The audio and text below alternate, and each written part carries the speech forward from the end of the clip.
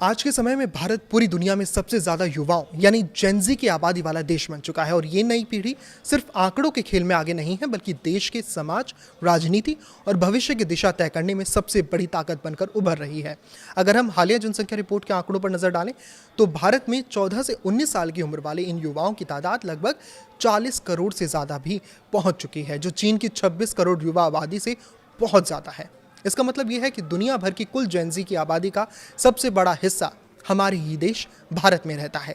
भारत की चुनाव प्रणाली में भी इनका असर साफ दिखाई देने लगा है, जहां लगभग 14 से 16 करोड़ युवा वोटर पहले ही अपने नाम दर्ज करा चुके हैं।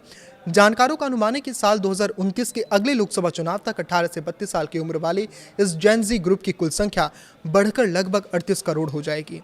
इसका सीधा अर्थ यह है कि 2029 का चुनाव आते आते ये युवा पीढ़ी मिलेनियल्स यानी कि जिनकी संख्या करीब अभी 35 करोड़ के आसपास है, उनको पीछे छोड़कर देश की सबसे बड़ी और सबसे शक्तिशाली वोटिंग पावर बन जाएगी।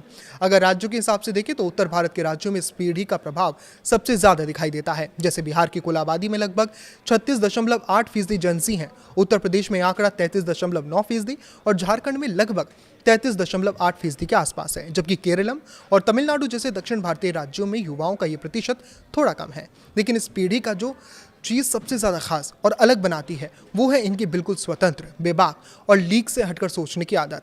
आज की ये युवा पीढ़ी किसी पुरानी परंपरा, पारंपरिक मीडिया या बड़े बड़े चुनावी भाषणों और विज्ञापनों के झांसे में आसानी से नहीं आती, क्योंकि अपनी खबर और जानकारी के लिए ये अखबारों या टीवी के बजाय सीधे डिजिटल प्लेटफॉर्म्स और सोशल मीडिया पर निर्भर रहते हैं। यही वजह है कि जब भी उनके हक, करियर या भविष्य पर बात आती है तो ये किसी से नहीं डरते और अपनी बात बहुत मुखर होकर सामने रखते हैं।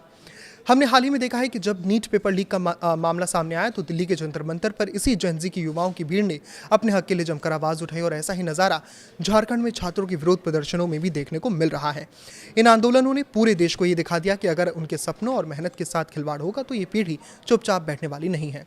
युवाओं की इसी जमीनी ताकत, बदलती सोच और उनके इस आक्रामक तेवर को देखते हुए राष्ट्रीय स्वयंसेवक संघ के प्रमुख मोहन भागवत ने भी जेनजी युवाओं से खास मुलाकात की और उनके साथ बातचीत की।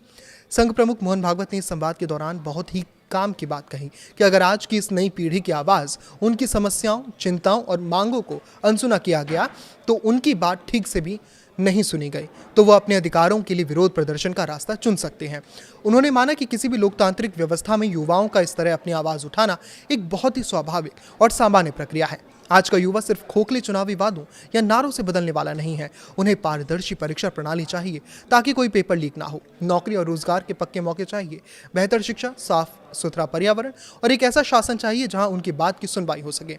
कुल मिलाकर देखें तो अपनी विशाल संख्या, डिजिटल समझ और बेबाक अंदाज के दम पर ये जेनजी पीढ़ी भारत का नया चेहरा बन चुकी है, जिसे नजरअंदाज करना किसी भी राजनीतिक दल या सामाजिक संगठन के बस की बात नहीं है।